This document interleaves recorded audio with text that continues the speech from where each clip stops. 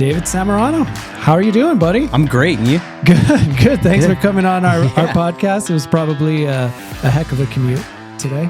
Yeah, I think it was a total of 10 steps. Yeah, exactly. Yeah. So obviously, search and rescue, we do police, fire, military stuff. And because not only are you a super awesome dude, but you actually have a previous life as a police officer, wanted to bring you in and do some chatting. Okay, let's do it. I'm in. Let's go. Good. So first off, tell me a little bit about your background in why you wanted to become a police officer. Okay. Was that right out of high school? Did you know, or did you just kind of fall into it? There's a couple contributors to that. The first one was, growing up as a kid, everybody wanted to play with fire trucks and cop cars and all that. You play cops and robbers and stuff, right? So you have that little piece there. And then growing up, my father became a corrections officer, and he recently retired at it, and he worked for the state of Arizona. And then did corrections his whole career? His whole 20 years. Yeah. He retired for a couple months, and now he's back. Oh, really? Yeah, he just he's a lifer. He couldn't stay away. No, it's just he got some good opportunities. They offered some cool stuff for him to go back. And so there was that influence, seeing your pops wear a badge and a uniform was pretty cool, Yeah. And growing up, he was the only one in our family in law enforcement. So that was a kind of interesting thing. Usually you see a couple other people that are doing it, but there wasn't any at the time. And when I was in school, I always had this idea to just be a businessman. I wanted to be in business. I didn't know kind of business or what I was planning on doing, but the idea of, wearing suits and, being in a tall building, all this stuff was something that popped into my head more often than not.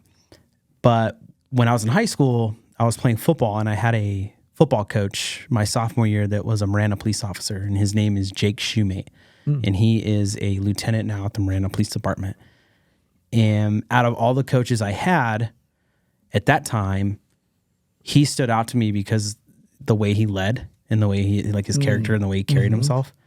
And he knew how to show the way and lead the way. And he knew the way, right? Like, he would coach us through that way. It wasn't like, hey, I need you to just go do this and expect you to do it. He would actually show you, take time.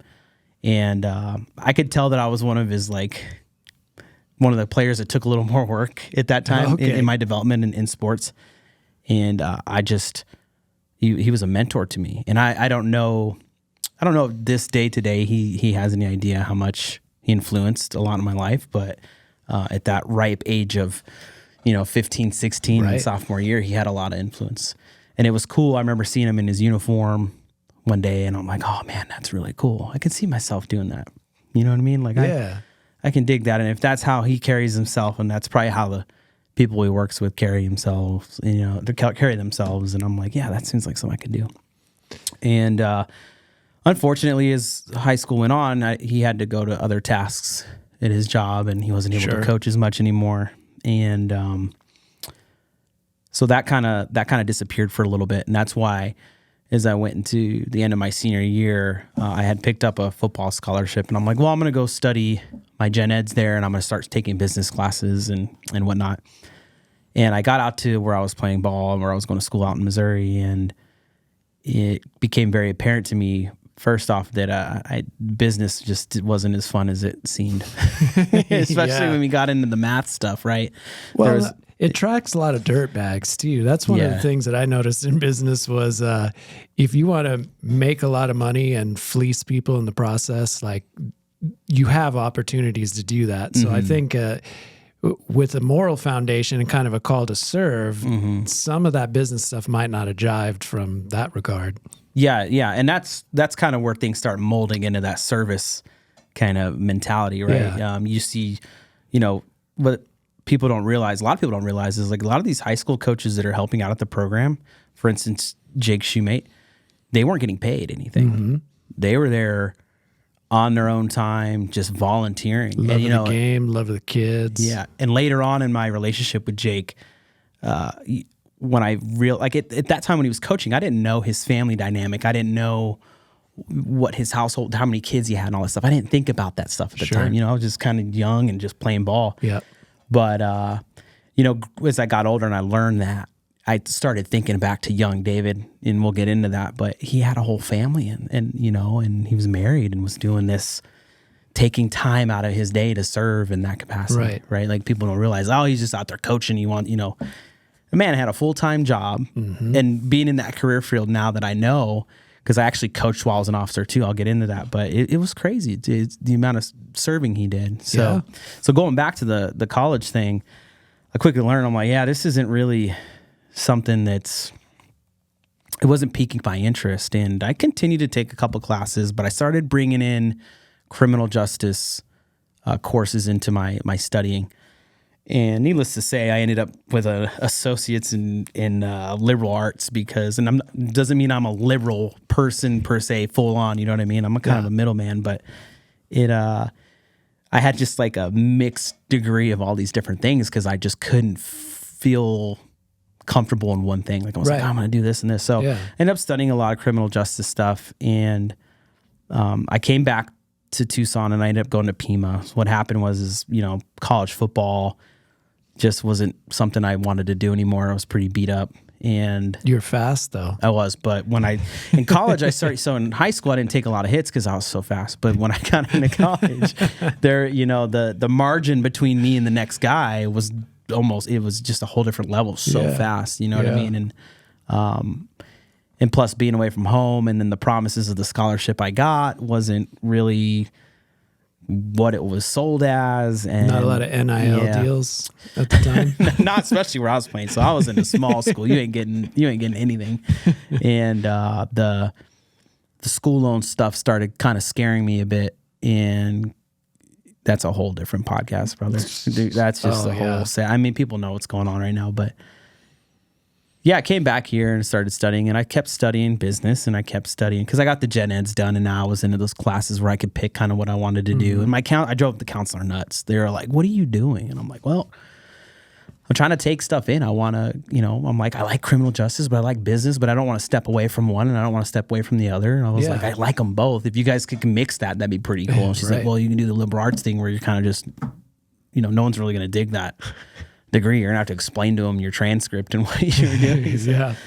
So I just kept doing it. And I remember the last business class I took was pretty cool because we actually got to put the stuff we learned and apply it to business planning, and we kind of had a competition within to see what entity had the best business plan, cool, and why, and all that. And to bring the competitive sports nature out.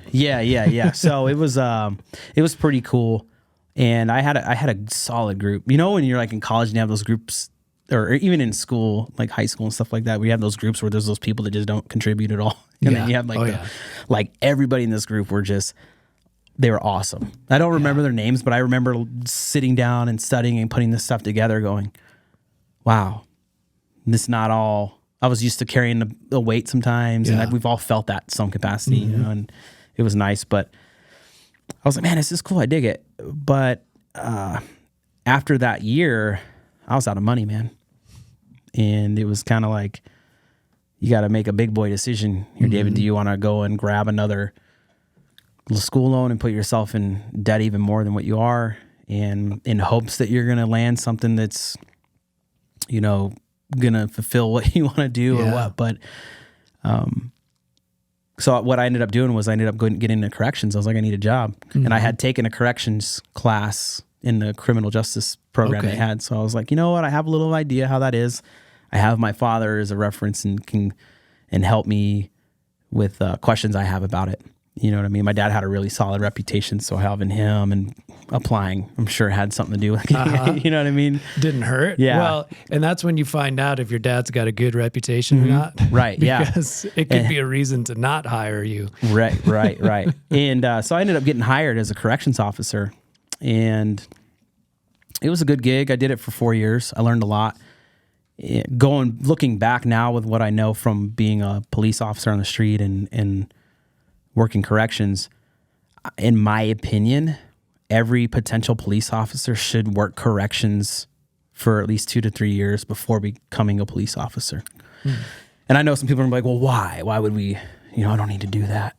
I already know enough. I'm like, well, if you can sit and hold a conversation with somebody that's murdered somebody, some of the hardest criminals that exist, gang members, if you can have a conversation with them and grow a rapport and respect with that type of individual, imagine what you can do with everybody, right? And there's kind of like this, I would see with some of the officers as I was getting towards the end of my career, the newer ones that didn't do that, there was a very apparent nervousness when they were communicating with individuals that were either in a really agitated state or just had that look about them, right? Maybe they're covered in tattoos. They have the obvious stuff. And that's another thing too, is I was able to pick up on jailhouse tattoos, prison tattoos pretty quick on the street when I would see an individual when I was talking with them. Like I could look at the person and go, okay, this person's done time somewhere. So it's actually a great lead to talk to somebody. So you can just be like, so, hey, where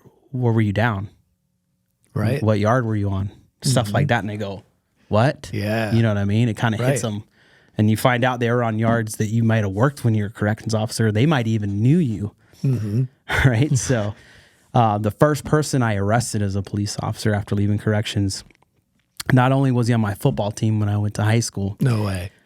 When I was a corrections officer, he was in prison, unfortunately. Oh, man. And I ran into him and had the conversation like, kind of, what happened, man? And he's like, I tried meth, dude, and this is kind of where I ended up. So I didn't see him after that contact. Don't do drugs, kids. I become a police officer, and the first arrest I have is this same dude, and he's in Walmart chugging NyQuil. And they call the cops because he's just sitting there chugging. Like, come on, bro. Yeah, but anyways, just in regards to, people wanting to get into police work, like just go work at corrections, use it as a stepping stone. I know the recruiters at the Department of Corrections aren't going to like me too much about that, but and maybe you can make a career. There's a lot of stuff you can do there, right? I was on, I guess you would say a supplemental team. It was called the Chase team. So essentially if an inmate escaped a facility, we would get deployed and go and track them down alongside the tactical unit. So we were more the trackers. Okay. Just had a knack for it, grew up hunting with pops, and I'm like, well, it's like playing a game, right? You're just trying to find where you went. And we learned a lot of really cool stuff in the training. And so like, that. And then while I was working there, I got offered an opportunity to go coach at the high school. And give back football. Just like you had experience. Right. And it was an easy decision for me. I didn't have a wife, kids, and all that stuff at the time. And I'm like, you know what? Why not? Let's do it. So did some coaching, and one thing led to another. The coach I was with was a TPD officer. Ended up doing a ride along with him. I was like, this is really cool. We were working night shift. Went code 3 with the lights and sirens on a couple times, and I'm like, I was hooked. I'm like, this is pretty awesome. So, after that, I just did a couple years at DOC. So I did 4 in total, and I was at that kind of crossroads. Like, do I promote? Do I go into something else? And I was prepping for their promotional test there at the time. And I'm like, I saw that Marana was hiring, and they hadn't hired in like 5+ years. Like, it was an agency, like it was really hard to get into. Like, they would just take laterals for the most part, but they were doing a new recruit process. Were you living in Marana at the time? Yeah. Yeah. So it'd be kind of cool to work your hometown. Yeah. I mean, it was like, I grew up here. I kind of know geography is going to be pretty easy because I know where a lot of the landmarks are. Right. And so I'm like, this is an easy pick. And they're also known as one of the better agencies in Southern Arizona to work for. And Jake Shoemate was there. You know what I mean? My old skill resource officers that I had in junior high and in high school were there still, and I had good relationships with them. I didn't cause them too much work. So I was like, I'm going to apply. And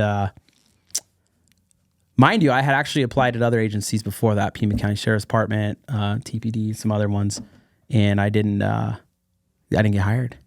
And, it's pretty competitive. It was at that time. Yeah, I remember going. It was the Pima County Sheriff's Department one. In the one day, they had 3 or 4 different testings for the written inside of a hall, like an auditorium hall at at the U of A or Banner or something. It was just this huge room. I walk in and there's hundreds of people applying or testing. Yeah.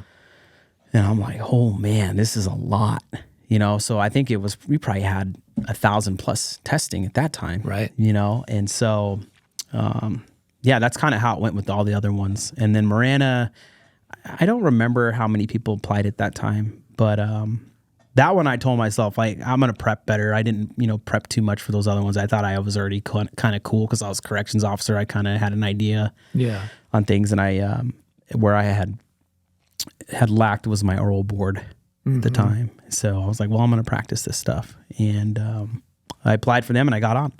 Awesome. And now, did you get some mentoring with people that had already been hired with different law enforcement? Because that's invaluable. Yes. Yeah. And especially when we try to coach kids that are looking to get into fire, police, and military, you got to understand why these questions are being asked and what they're listening for. Not so that you can do something to pull a fast one, but so that you can think and operate under that same mentality. Right. Otherwise, if you're just an outside dude coming in, like, you may think you had a good interview because you just did what you do, and it could be absolutely terrible. So having that time to practice is perfect. We would bring kids in the fire station that were like, they were hungry and they really wanted to serve, and you'd actually sit down with them after they blew a chief's interview and say, I really don't want to give up on this kid, because you could tell if somebody's got the heart and just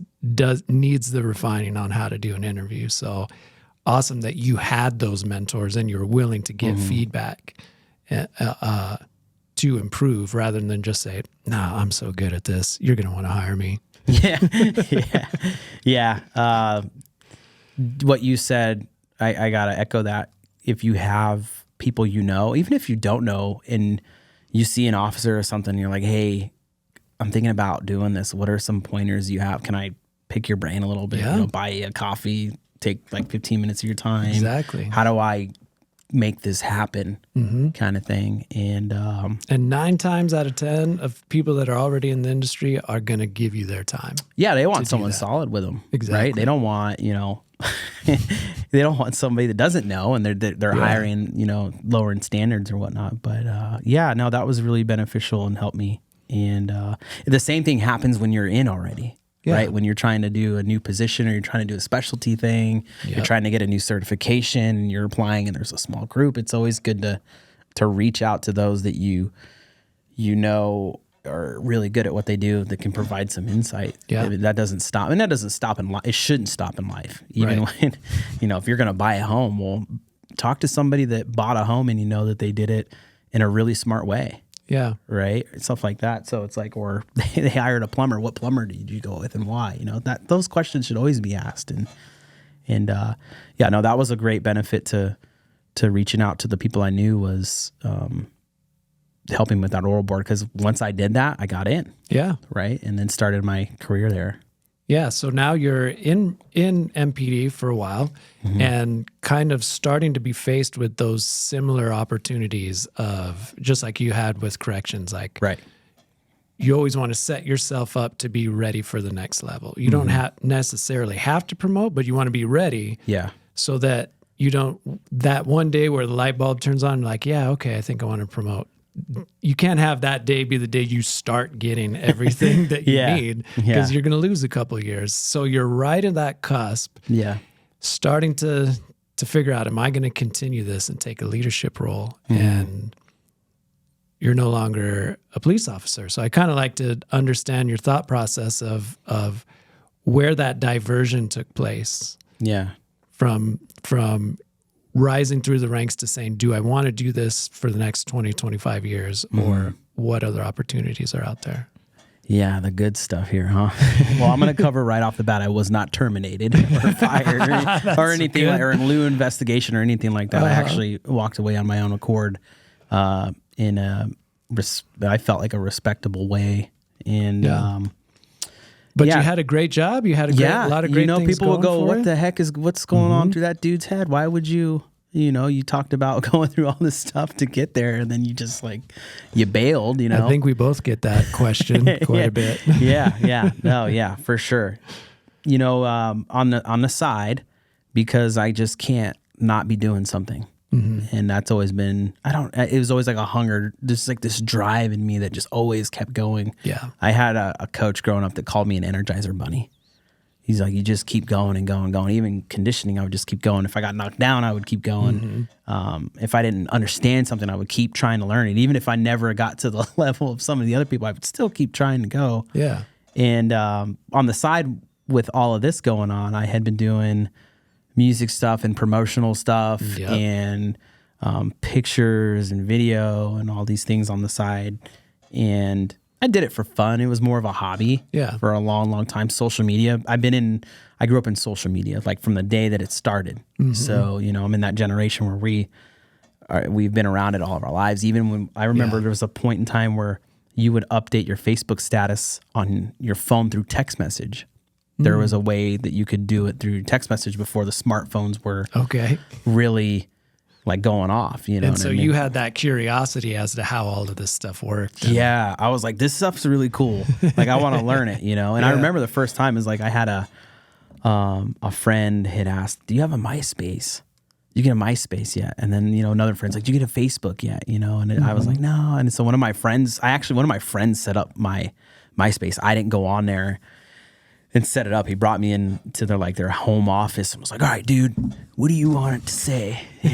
What do you want your profile pic? Let me take, do you have a picture? We'll take a picture. What song do you want on your MySpace profile? So what I was like, what do you mean? They're like, so when you go on there, this song's going to start playing. I'm like, oh, so I don't even remember. And life soundtrack. Yeah. And I put some stupid quote from a movie or something. I don't know what it was, but I started it, and then being in it, I'm like, well, I want to know what's going on there, you know? And sure enough, I had logged in, and people from school and people I knew were, adding me and messaging, and then, moved into Facebook. Facebook became the more dominant thing. Mm-hmm. But because I was doing music and promoting and help people promote stuff, I had learned business Facebook, which is its own website. Mm-hmm. So people usually go, oh, I boosted a post in Facebook or whatever. There's a whole nother, even back then, there was a whole nother Facebook. So I learned all the marketing information, watched all the tutorials, learned the back end of it completely. And it's gotten complex even more since then. It's even nuts. I try to keep up with it all the time. And that's why I ask you questions every day. Yeah. Hey, how does this work? How does that work? Yeah. So I got into the nerdiness of that stuff, and then, started making things happen. And then while I was a police officer, I met Clint Peak and his wife Tammy Peak, and I heard of that dude. Yeah, I met him. I heard both those people are pretty good people. They're awesome. And I met him through my brother because of the music thing. We were playing shows and stuff like that, and they were like, "Oh, we're gonna do a music venue here." And I was like, what do we got to do to get, what do we got to do to get involved? And came and met, and then that's when the relationship started. And Clint and I would have countless conversations just out in the parking lot when I was working as a cop,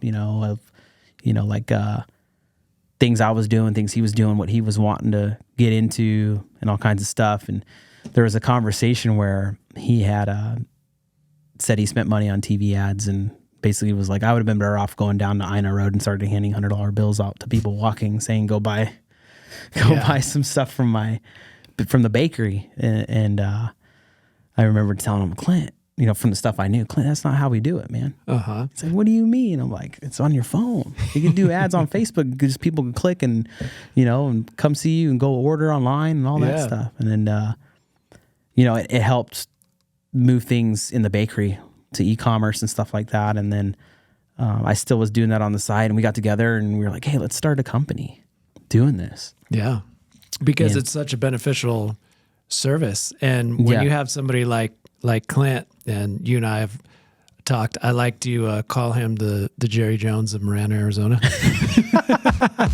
Yeah. Because that's a good way. He's got that kind of accent, and Yeah, he's playing music. Yeah, exactly. Yeah, that's Clint right there in the background. Clint's going to just start whacking buttons. But because he's so integrated and he knows everybody and he's got so much to teach people for business and such a great heart to be able to like extend himself. And then so him already knowing a lot of local business stuff and then you having a little knack into how to make those businesses grow through marketing and advertising. I bet you that was... You could tell right away that was a good combo, right? Yeah, it was a good combo, and it was a combo that I think happened by some other power, right? Because just too many things made sense. Yeah. Right? It was like, it just was crazy. And the ease of trusting and, that came from it. And so we decided, hey, let's start this company. And we started it while I was still working at the police, or Marana Police. And there was a week so my wife had our first child, and I was at home hanging out and doing some website stuff, when we first started the company and all that. And I remember just in 1 week, there was this little like uptick of where the amount of money that came in that 1 week was like 3 times the amount I made in a paycheck. I'm like, that's interesting. Uh-huh. You know what I mean? And like, so again, the light popped in my head like, oh man, there's really, there's a service here. And then people kind of started, when you're new, you have to meet with people and kind of show them, try to express them your idea, what you're trying to accomplish and how it can help them. There's a saying that we talk about here, whether you're either solving a need or, fixing someone's pain with something, right? So if you can do that, and we saw we were starting to do that. And, over time, it became very apparent that to make this as successful as Clint and I envisioned, and Tammy envisioned, that we needed to be more committed, and mainly on me, right? And I was like, I need to be more committed to them and to this for it to really work. So started talking to the wife, and we were fortunate enough to make some good financial decisions with things we were doing with like our house and stuff, as we were building. So you weren't just buried in debt and handcuffed to having to go check to paycheck, having to do overtime. And that's where a lot of people Shout out to Dave Ramsey, by the way, on that. Thanks, Dave. Yeah, absolutely. And the wife introduced me to Dave Ramsey. It's the crazy thing getting into Dave Ramsey. How long do we have on this podcast? As long as you want. All right, brother. Yeah. With Dave Ramsey, so my wife introduced me to Dave Ramsey, and she went to school in Gilbert. That was part of the curriculum. Oh, really? Yeah, that's great. In high school. Yeah, and I'm like, to actually get financial education. Yeah. What? Yeah, and I'm like, here, what? I was like, and I had an interesting conversation with her. I was like, when I was in high school, they taught us how to get in debt. Yeah. Yeah, how to apply for 30% interest credit cards and get a free T-shirt. Yeah. It pulled this, you got your board. And it was like, all right, okay, this is how much you're going to aim to make, and you're going to need to get a college degree to make that. So you're going to need to get school loans if you don't have a scholarship. Next thing is you're going to need a car to get places. So you're going to take out a loan on a car, right? And we probably have some credit cards, right? To get your credit card, so you're going to need payments for that and your insurance and all that. And it's like, oh, your mortgage, you're going to need a mortgage, right? So at the end of it, you're looking at all this money going out monthly, and it's like, I'm trapped. You know what I mean? And that's what I initially came out of the gates running with, was like, all right, I got that school loan debt, and I was uneducated even to the point where when I got my job as a corrections officer, the first thing I went and did was bought a brand new truck. Oh yeah, because you probably saw what everybody else was doing. Yeah, everybody else is like, oh yeah, I financed it, and I'm like, oh, finance, yeah, I'll just pay my $400 a month and be good, and then. And then I started paying bills, and I'm like, this sucks, dude. Like at the end of, the month, I had a couple $100 to eat and buy the stuff you need. Right. So I was like, anyways, she knew all this stuff, and she started influencing me. And I had another friend that, helped us out. And eventually so when the housing market was kind of still good, I had bought a little beater house. I had a friend, he's like, dude, just go buy this little house, man. Like, it needs some work. He's like, you can flip it.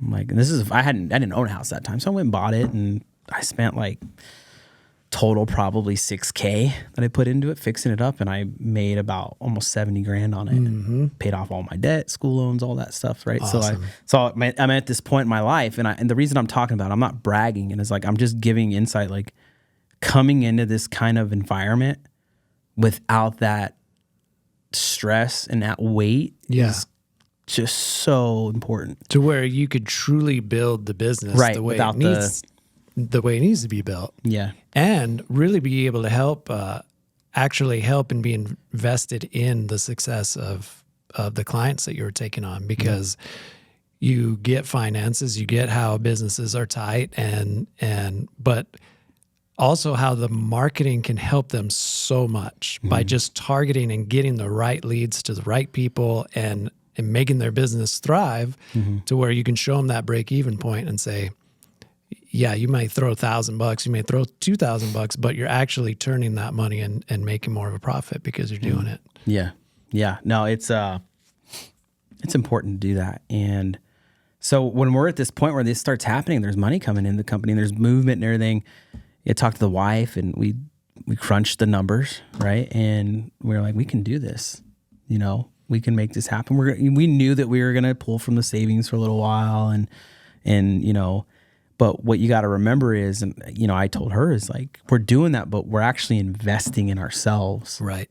I know it doesn't say that on paper. There's no, in a bank account, there's not a number in there right now, but in time, if we do this right, there's a value to it. Yeah. It's not going to be tomorrow. It's not going to be the next day. It might be months. It might be years where you're like, whoa, this is crazy, right? But which is what education is supposed to be, an investment in yourself and your abilities. And though you had to actually leave the education system to get that education. The good old rat race, the treadmill, or no, the assembly line to nowhere. Yeah. Sorry. And that's not knocking people. They're like, hey, I just want to go work this job, right? That has to happen. Though I respect wholeheartedly people doing that, but for me, that was not. Yeah. You weren't just going to check the box and get the cheese and do the next thing and do what everybody else is doing. Right. You're right. Yeah. And, so talking about like when I separated and stuff, when I was working at the police department, like I can tell you that I had it made. Yeah. Legitimately, I was working day shift. I had great days off. I was starting to study for promoting.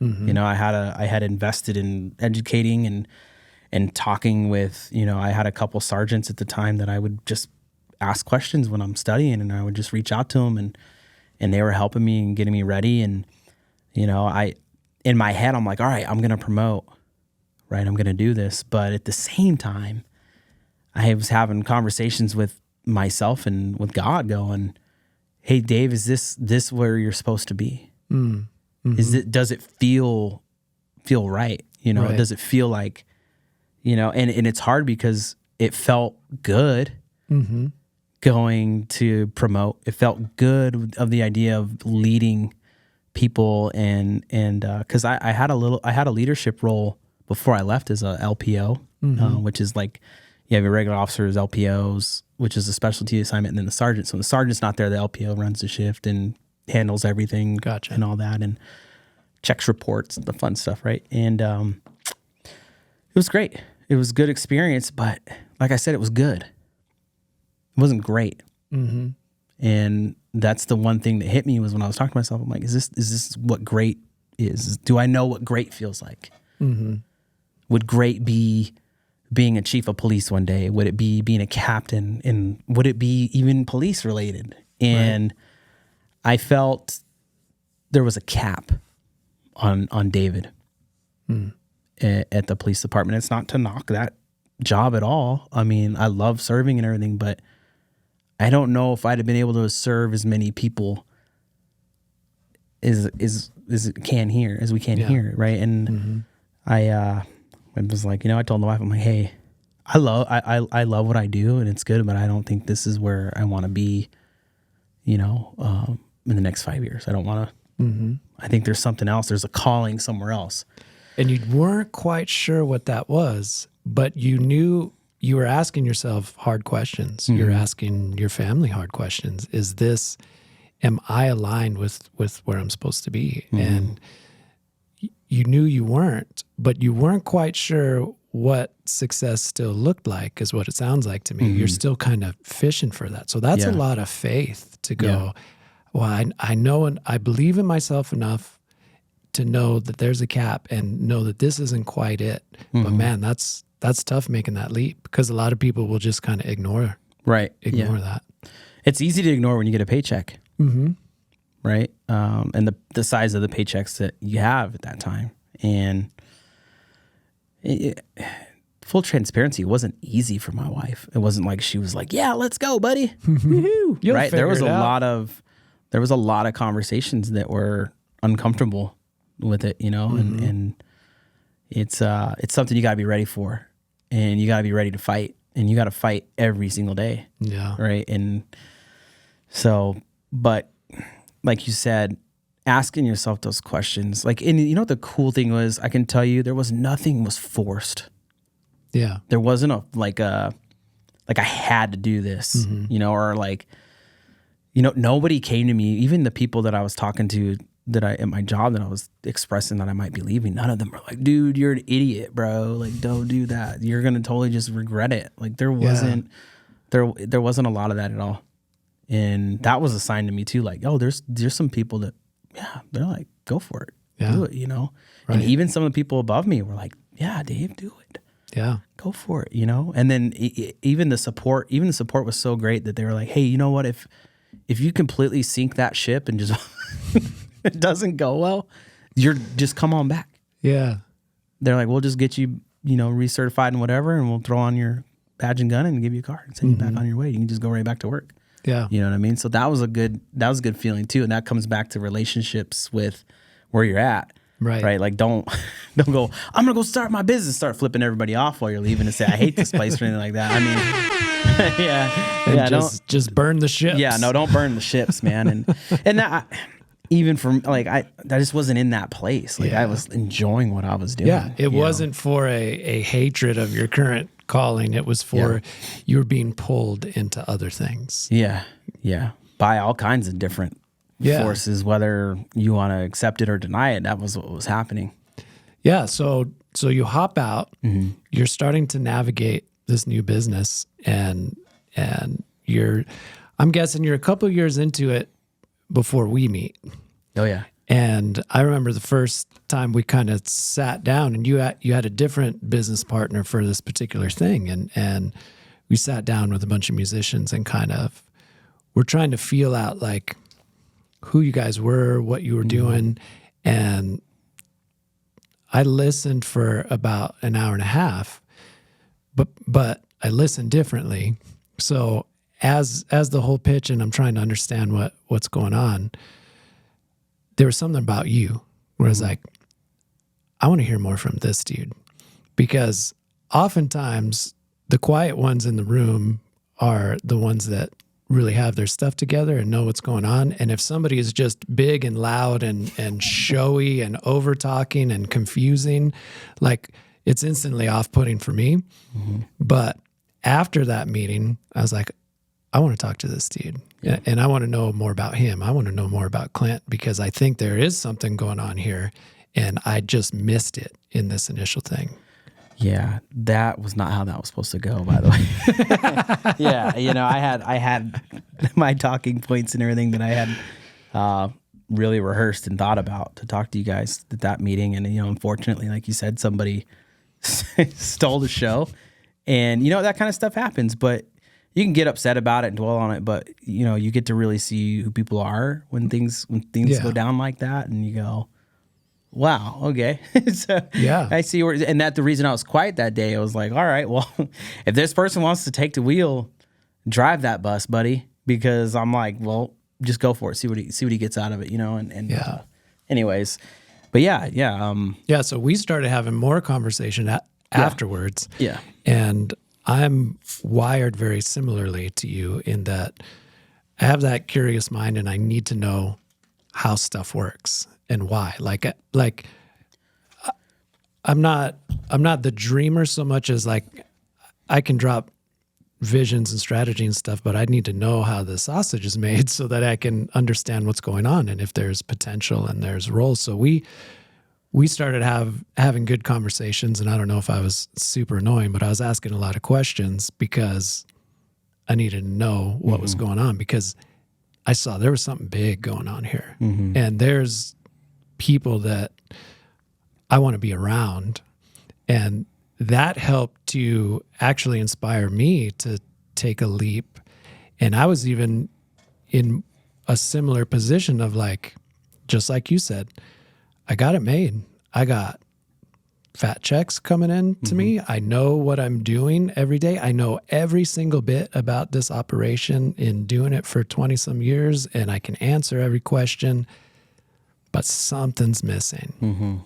And I don't know what it is, but almost verbatim, like asking myself these same questions and going, okay, what do I do then? It's like, I'm not sure, but I know I need to leap.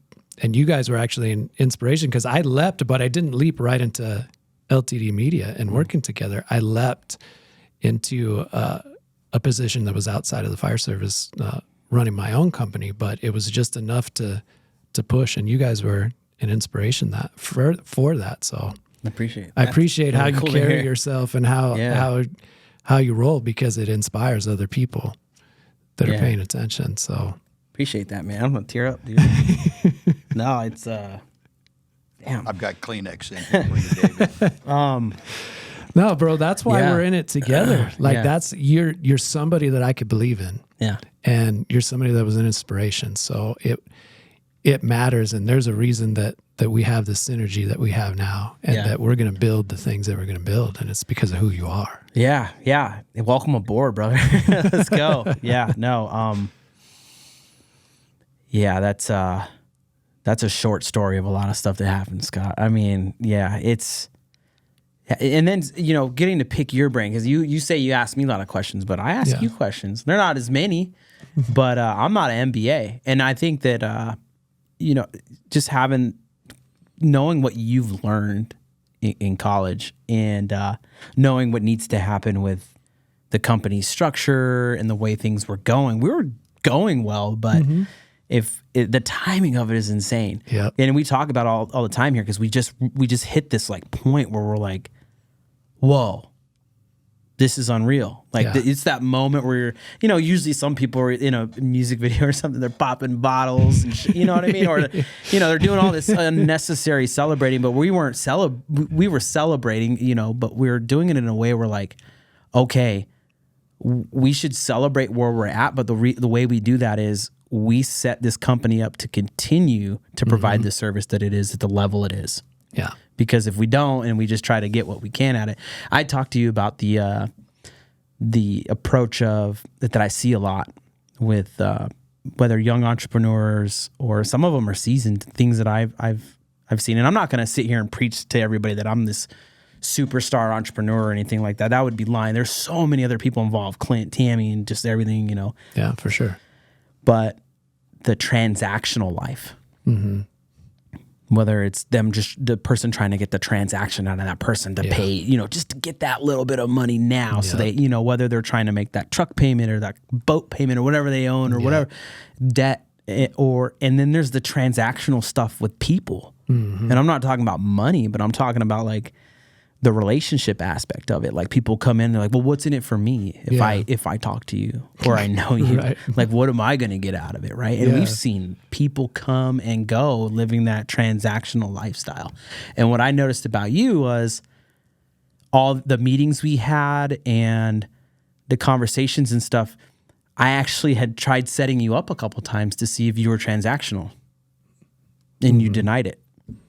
I was like, hey man, we'll just pay you some money for coming in, or pay an hourly wage or something. We'll pay you. And you were like, no, I'm good. Yeah. You're like, no, I want to be a part of, I want to own part of this, and I want to do things to make that happen. I want to see what's going on here. So advice to people getting into that. I remember going to Clint, and I was like, Clint, dude, he's not letting me pay him at all. He's not letting us pay him or anything. And he's like, yeah. He's like, I remember Clint says, how does it feel meeting somebody like you? I'm like, it's kind of scary. It's kind of weird. And I remember your first day here, you were here all day. And I went and told Clint, I'm like, this dude's been here all day, like all day. I'm like, I don't a lot of stuff to sort out, man. Yeah, my bad. We're doing a strategic analysis. Our bad. Here. Yeah, no. It was really interesting to see somebody here just putting in the work on the sweat equity because all of us, Clint, everybody. I mean, if people don't know Clint Peak, look him up. He's very a humble gentleman, and he's involved in a lot of stuff. Yeah. And like you say, he's a Jerry Jones of this day. But that man won't hesitate to put in sweat equity into something he believes in. Yeah. Whether it's a business or a person. Yeah. You know what I mean? And I think that's one thing I realized really, really quick was this person is investing in me. Mm-hmm. And I told my wife, I'm like, this guy's investing in the company, but he's also investing in me as a person. Right. Imagine someone going, hey, do you want a PhD in life and business for free? Yeah. What Can a I great jump in here opportunity real that quick? would be. Yeah. Just I've done a lot of investing over my years, but That's Clint Peak, by the way. the best investment I ever made, you're looking at them right there on the screen. Oh, making me feel all crazy today. Yeah. Yeah. So for me, it was like, I'm assuming hear my voice. Now Clint's investing into, but now I get to do that for the first time. Yeah. You know what I mean? Mm-hmm. In this world. And it's like, it's a big change, dude. It's different for me and it's a cool experience to talk about.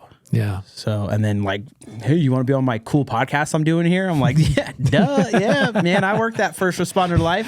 Yeah, exactly. Let's talk about it. So, just, you talk about the separation of everything. You talked briefly on yours, and you need to get interviewed on this show yourself one day. And if you don't got anybody, I would imagine you'll find somebody. Drop different concepts and at some point people need to know a little bit more about what you do, and what you did before this. And, cause that'll give some idea. Like I was talking about you being an MBA. And the stuff you were working at a fire department as you were high up in the leadership. Like there's a lot more to your story that needs to be covered other than mine. But you talk about the separation and all these different things that happened for you, that happened for me. It's more than just like I was like, I'm just gonna go.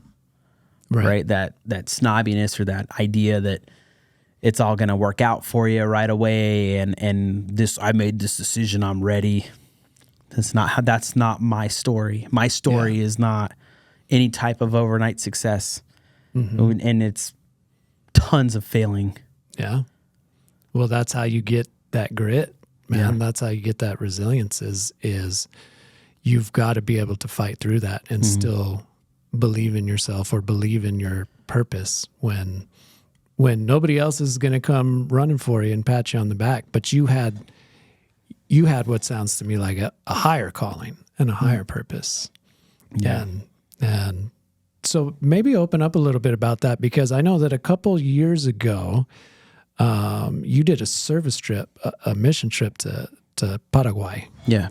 Did I pronounce it right? Paraguay. I was pronouncing it wrong all the way, like middle of the trip. So it's okay. So you've got a lot going on. You're running a business. You've got small kids, or maybe even one on the way, and you extend yourself to do this mission trip. Like what was the calling behind that? Yeah.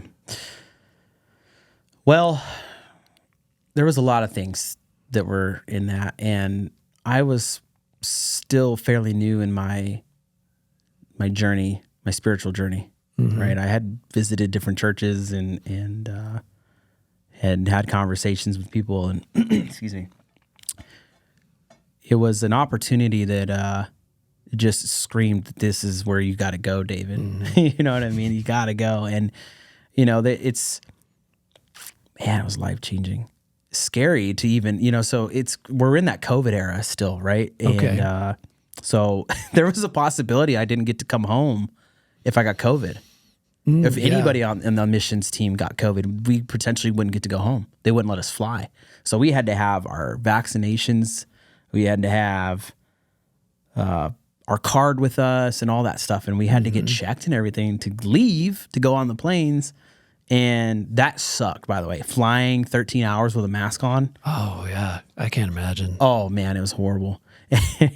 And it was such a weird time. I don't want to get into it, but I'm in the plane and I'd like pull my mask down just to like breathe good air.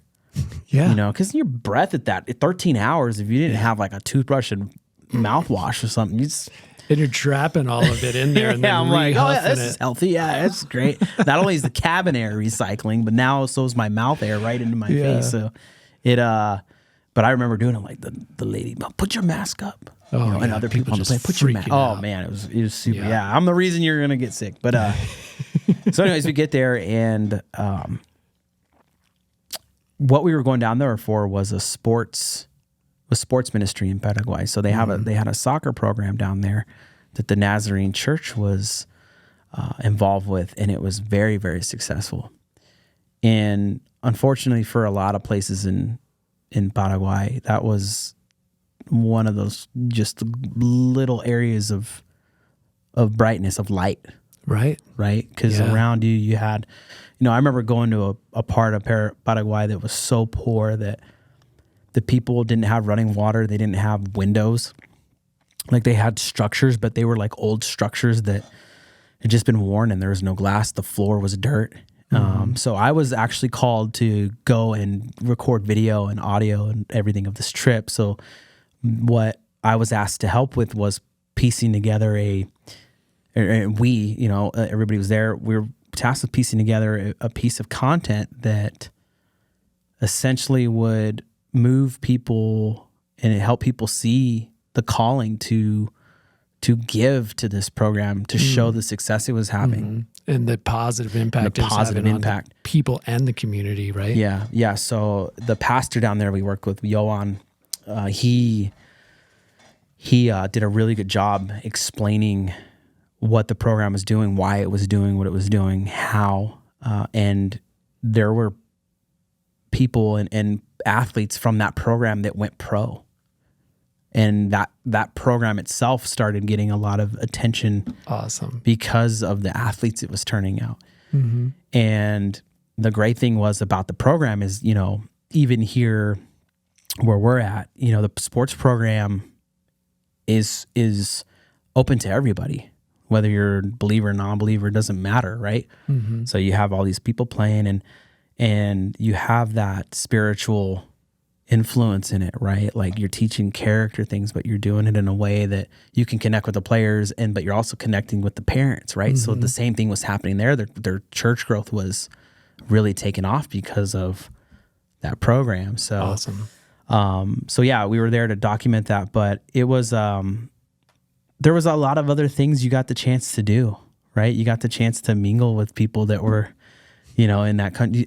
There's no other way I would have been in that area, or any of us probably, if it wasn't for that mission. And I remember going to one of the more poor areas of Paraguay, and there was a couple, the lady was from here, and she grew up in like Oklahoma, and she was close to my age, and she had moved down there for a mission, and she ended up meeting somebody and fell in love with them, and they together, and he's born and raised in Paraguay, they together decided to start a church.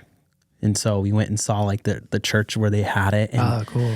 It's crazy because here we're so used to just the luxury of things, right? When I'm talking like this church was missing some of the floor still. Yeah. You know what I mean? There's no AC. And in Paraguay it's hot. It was really hot and humid.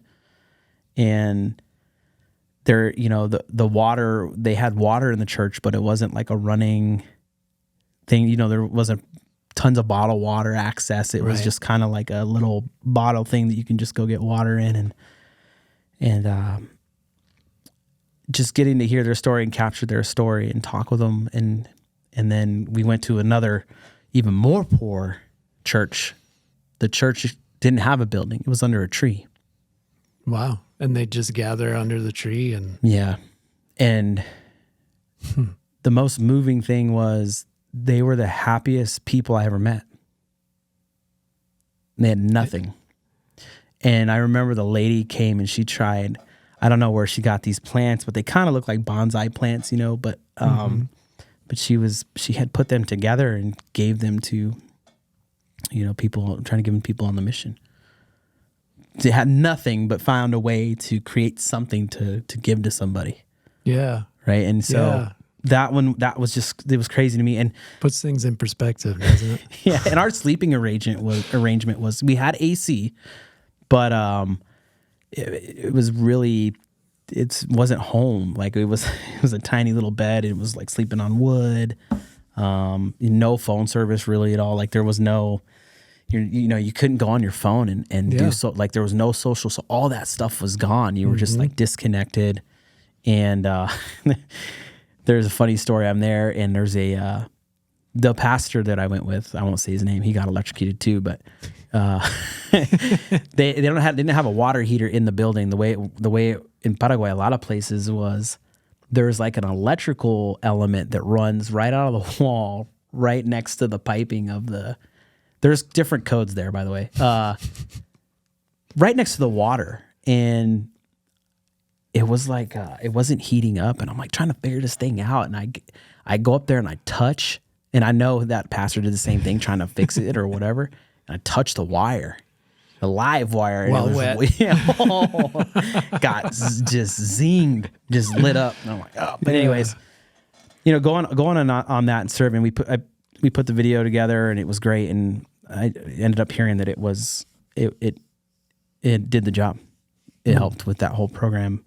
And I built relationships out there. Like I still, every once in a while, I get an email from a guy named Jim, who was a missionary from, I think it was either New York or New Jersey. Him and his family had moved out there, and they were just living out there. They were on a 6-year mission. Wow. They had their kids with them. They told me they had a luxurious life. Everything was good, had everything they needed. But they went to Paraguay, and it was, they had almost nothing. Their house didn't have AC, kind of just really slim living. And we got to go out with them one night, and we went to this river. So in Paraguay, there's this huge river. So what's crazy about Paraguay that I learned, my little short history there, lesson I got there, they have one of the biggest navies, and they're in the middle of the country. So because the waterways? Yeah, the waterway's so big. Waterways? Yeah, there's a river. So like a really, really big river there. Okay. I don't remember the name. And Amazon? I have to look at a map. I'm so bad. I should have known. But yeah, they have one of the biggest navies because of the waterway. So we went down by this beach at the waterway, and it was like 8 or 9 o'clock at night, and we stand in a circle, and Jim's wife, she leads a prayer. So we're all holding hands. I'm holding hands with people that are in a different hemisphere, and we're just. I couldn't explain to you the spiritual feeling and the clarity and everything that came from that. Like it just was like, David, hey, you're right where you're supposed to be, buddy. This is what's supposed to happen. Yeah. It's all good because we shared an influence on each other and everything. Right. And you come back here and you can't help but just be fired up, right, to serve. I mean, absolutely. If you can go somewhere, and you did too. You went to Ecuador, and you were doing way more intense work than myself. My biggest challenge was making sure the camera gear didn't get stolen. Right. I remember getting off the plane. I'm like, remember, there's no constitution. There's no not those Fourth US Amendment laws right that are going to protect you. No, and nobody's coming for you either. No, and we actually had gone down there with a bunch of clothing to give out to kids in need, and the government took it.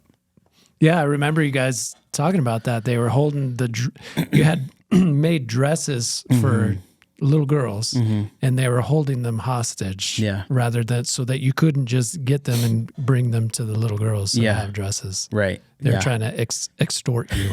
Yeah, get their import money or whatever it was for them, and it wasn't a large amount at all. So but it's still, like when people complain about the U.S. and how much they hate it here and how much of victims they are of life, like go outside the country and not just don't go outside to a resort in the Maldives. because that's not Why? the perspective you're looking for. It's like, get out there and do some work, do some serving, just like you did. I mean, for me in the doing Ecuador and being in both the Andes Mountains and the Amazon and visiting a place that otherwise I would have had no reason to visit, because you just don't really think that way. But when you're doing a service trip, it's all different. So we're down there. I'm learning how to extract teeth and help with dental work using paramedic skills, teaching basic first aid and like all the emergency stuff. Why? Because they're their own police, they're their own EMS, they're their own fire department. Because nobody's coming for them. And so they were hungry to learn all of this stuff and to have these types of services from amazing men and women that were willing to donate their time, money, and energy to just go and serve in these communities and make a difference. And when you realize how things are outside the U.S., one of the biggest impacts I had, similar story of you're meeting all of these different people, and we were in a village just outside the Amazon on the other side of the Andes, and this family that was called to serve and be and embed themselves in this community. And it was because they went on a mission trip, and the day before they were supposed to leave, it was raining, and they were hanging out in the church, and this little girl comes out of the jungle, literally out of the jungle, 10 years old, lost, confused, crying. Long story short, it turns out she had been abused in every way that you could imagine, and they took her and they tried to take her to the authorities and say, "Hey, somebody's got to do something." And the authorities, because of the system, was just like, "Well, you guys seem nice. Why don't you just hang on to her?" Yeah, like that's where we're at. Wow. Is that where we're at in this eye-opening in 2024? Yeah. It's like little children as stray animals that they're just like, well, you guys seem nice, you keep her. Yeah. And that impacted them so much that they're just like, well, we're gonna I bet you she's not the only one. No. So this little girl starts living in this church, and just like her rent was trying to find ways to help out and just clean the floors and just do things to contribute so that she can have shelter and not be abused. Yeah. And the amazing men and women that are called to do these services and say, now I'm going to embed myself in the middle of the Amazon because these kids need me. Like, that's what I want search and rescue to evolve into, is having more fire, police, and military get out and do these service trips, because the kids, the communities, everybody just eats it up. They love the attention. You just go in there and you love on them and you try to build these communities to be better. When you come back to the U.S., you're not complaining that much. No. Selfish thing to say, but I was never happier than I was when I came back for all the little things. Yeah, right. We get focused. People here complain about being able to get the newest phone that's going to come out, and their coffee was made a certain way, and people will lose it over just crazy stuff. And you go somewhere where there's lawlessness, there's just not good infrastructure at all to take care of people, and you're just like, man, we have it here so good, but to get that kind of, you can't talk about it. You have to experience it. Exactly. I mean, people are going to listen to the podcast and be like, man, that is sad. That's great. Hold on. Let me check my Facebook real quick and see. Let me go sip on my chai tea latte. But yeah, I encourage the same thing. Go out, and if you truly want to live life, go serve. Yeah. If you truly want to claim to be part of your community, go serve. Yeah. If you're not serving and you're just, jumping around, going to networking events, that's not going to cut it. You need to go serve. And there's I don't want to get crazy spiritual on your podcast, but I'm going to. I'm sorry. Bring it. There's blessings that come from serving. right? And I'm not talking about money.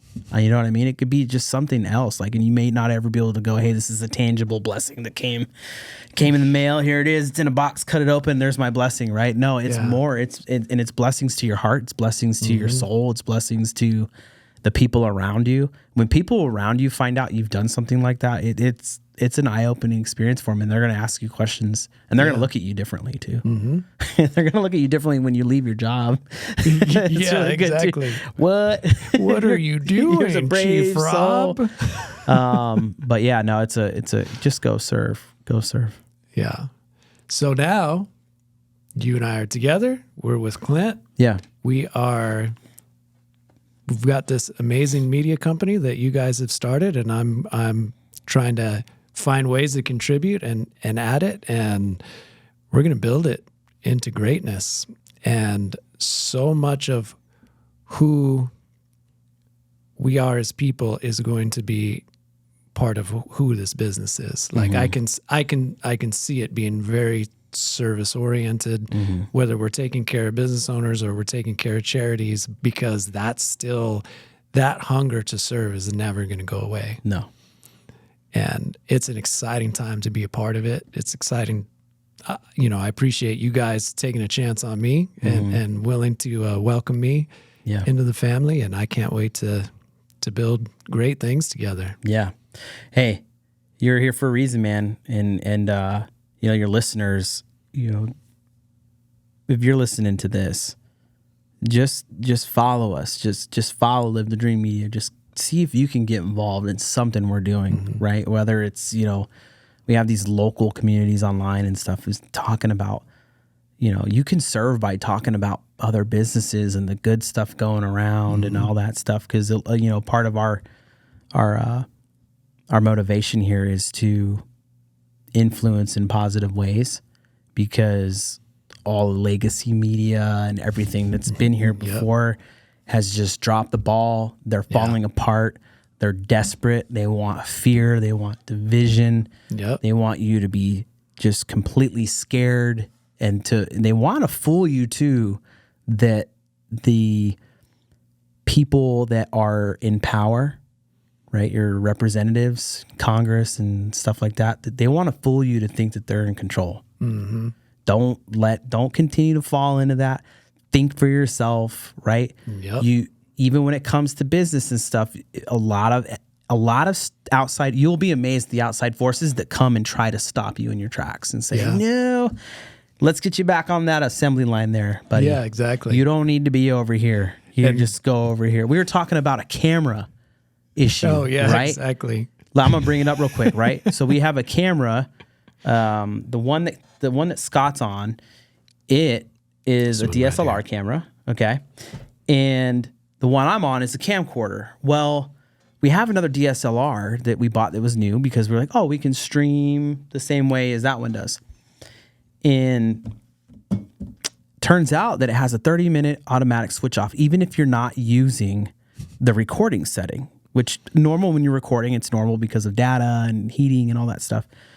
But turns out that it was actually a political move that was made because the camcorder companies didn't like that DSLRs could stream all day if you plug them into an HDMI and run some video cards and production software.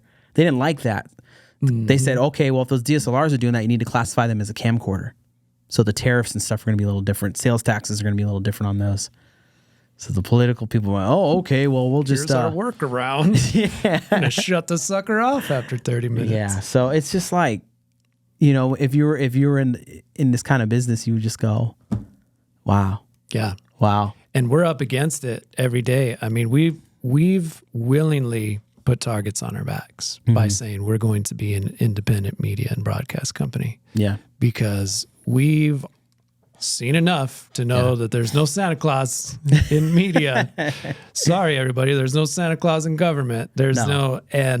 But we are an alternative source for the people, to help the people get the power back, realize that you have a voice, and we crack the code and the algorithm and how to infiltrate the media, get the people's voices and advertising where it needs to go, and to take back the power. And that's our job, is to help facilitate local businesses and people that want to be successful. And there is a target on our back as a result. And what we're saying is we're up here. Come see us.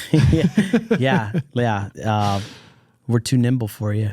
Yeah. Challenge accepted. Challenge accepted. Absolutely. Yeah, no, it's fun too. And it's one thing that stands out about what we're doing is like, if you go online and you look at all the stupid national headlines that they try to push all the time, I don't need to know about that. Yeah. Why do I care about some lady in Indiana and what she did to a fish? Right. Or whatever, like nobody cares. To try and trap you into that fear and division, because I'm sure they figured something out to try to, this will scare David. Bird flu's back. And it's coming. Exactly. You're going to turn into a bird now. Bird. Yeah, I don't know. Yeah. Just whatever. But hey, you know what, man? I could talk all day on here, and that's a problem. So I should probably go. I actually have to go to a meeting after this, but for 88 Crime.